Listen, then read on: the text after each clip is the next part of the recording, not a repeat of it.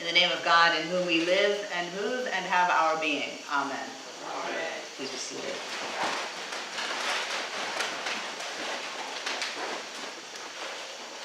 A couple of weeks ago, on a warmer than average spring day, a young mother and her 4-year-old son were walking along the beach right here at the Jersey Shore. And as children often do, the young boy was running out in front of his mom and stopping every now and then to investigate some fascinating thing or another that he found in the sand. At one point, he stopped short, and his mother found him looking with great wonder and confusion at a seagull that lay dead near the water's edge. She was immediately concerned because she hadn't yet had any occasion to speak with him about death. "Mama," he looked up at her questioningly. "Mama, what happened to the bird?" And the young mother panicked.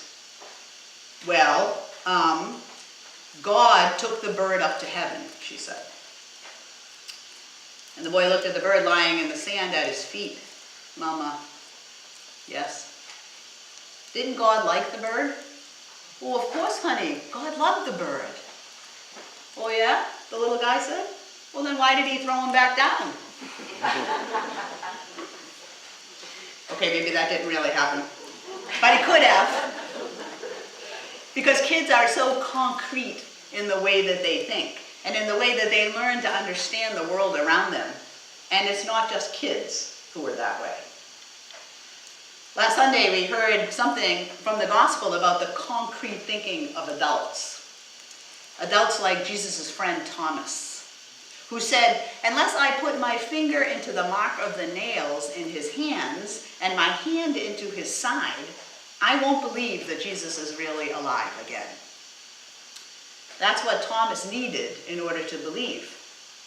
And that's what he got, prompting him to the greatest declaration of resurrection faith yet. Because Mary Magdalene said, "I have seen the Lord." And the other disciples said, "We have seen the Lord." But Thomas, doubting Thomas, as we call him, Thomas said, "I have seen God, my Lord and my God." But they did all have to see Jesus. They had to see him and hear him and touch him and be touched by him. They had to see the risen Christ in order to believe that it was really him. And that's exactly how they came to know the power and the presence of God in the resurrection. We are human beings. We're sensual and sensuous creatures. Of course, some of us are more sensuous than others, but that's a whole different story.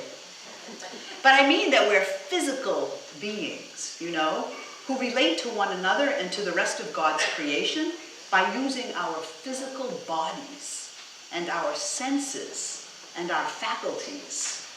And God made us that way. God made us that way. So why is that? Why would God, who is a spiritual being, why would God create everyone and everything else to be physical beings? How in the world are we supposed to be in relationship with God if that is the case?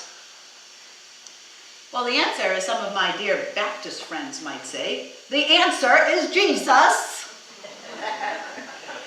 In Jesus Christ, God has brought together humanity and divinity, physical and spiritual, heaven and earth. As St. Paul so often repeated, in Jesus Christ, God reconciles, joins together all things, all things. And that joining together isn't a loose association or a legally binding contract or an exclusive elite good old boys club whose mission statement includes keeping out as many of those people as possible. God's idea of joining together is much more like an exquisitely passionate love affair or a beautiful, long-term marriage. In the life and death and resurrection of Jesus Christ, God wasn't messing around. God was giving everything that God could possibly give in order to gain back everything, everyone and everything forever. God reconciles all things in Jesus Christ. All things. This is big stuff. I mean, really big stuff. As big as it gets. As big as it gets. But when we deny the reality of the story, the love story between God and creation, we negate its power to save us. And to save the entire creation along with us. I've heard many people, from well-meaning recreational Christians to highly educated and respected Christian scholars, claim that the resurrection of Jesus Christ was a spiritual event. And usually that means one of two things. Either it means that Jesus continues to live on spiritually after his physical death, or it means that he lives on spiritually in the lives of his faithful followers. And that's all quite nice, I suppose, and even a little true. But that's not what happened. At least not according to the only eyewitnesses that we know of. In all the scriptural accounts of the resurrection, Jesus is clearly alive, physically and spiritually alive. Not spiritually only, like a ghost or an angel. Not physically only, like he had some good CPR somewhere along the line that we didn't hear about. Physically and spiritually alive, again, forever. Throughout these 7 weeks of the Easter season, we read story after story about the risen Christ, meeting his family and his friends and his followers. And all the gospel writers go to great and very repetitive lengths to tell us over and over and over again that Jesus was really, really alive. Physically and spiritually alive. Again. Forever. Once again from Luke's gospel this morning.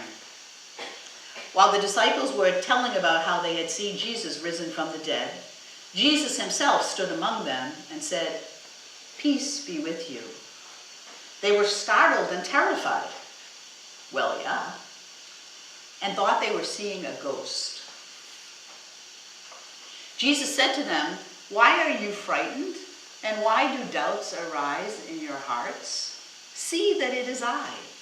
Touch me and see. For a ghost does not have flesh and bones, as you see that I have." And then, when they continued to disbelieve and wonder, he asked them for something to eat. He asked them for something to eat. Kind of like, yes, it's me and I could really use a snack. All that being dead stuff really works up an appetite, you know. Jesus was not doing fancy resurrection tricks to entertain people. He was trying to show them in very, very concrete ways that he was alive. Physically and spiritually alive. Again. Forever. So what difference does it make? I mean, really. Why couldn't Jesus just be a beautiful, shining, eternal, resurrected, spiritual being? Like the biggest, best, most powerful, most beautiful angel ever. Why would that be a problem? Well, it would be a problem because it would leave the rest of us out in the cold. Literally. More correctly, it would leave the rest of us dead. And the entire creation along with us. In Jesus Christ, God did not come to redeem and reconcile all things spiritual while forgetting about all things physical. Nor did God come to redeem and reconcile all things physical while forgetting about all things spiritual. In Jesus Christ, God came to redeem and reconcile all things, physical and spiritual, all things, alive again forever. Next Sunday, April 22nd, is International Earth Day.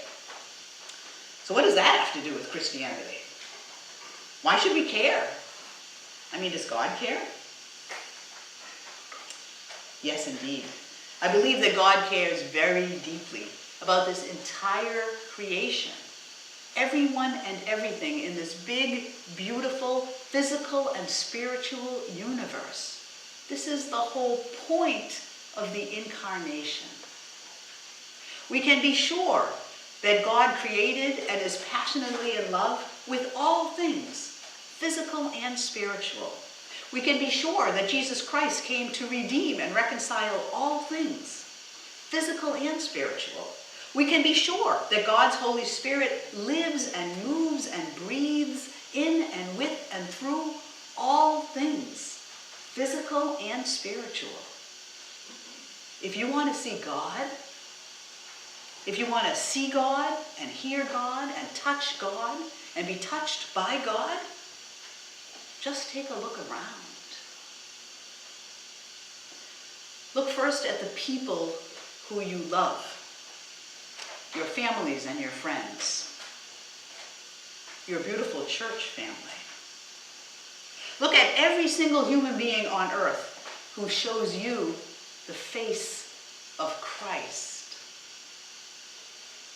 Look at the wonder and beauty of creation, the sea, the sky, the flowers and trees and animals. Watch an amazing sunrise or sunset. Listen to the birds sing. Listen to the rain fall. Smell the spring air. Let the sunshine touch you with warmth, or the wind push back your hair.